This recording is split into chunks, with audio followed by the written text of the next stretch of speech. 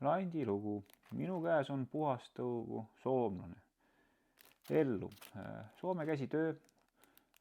Tegemist on siis nii-öelda mingis mõttes nagu inliner landiga. Kui ta nagu inliner ei ole, ei oskagi nagu täpselt kirjeldada, mis selle landi mõtte, loogika või kõigest, kuidas see õige nimetus on.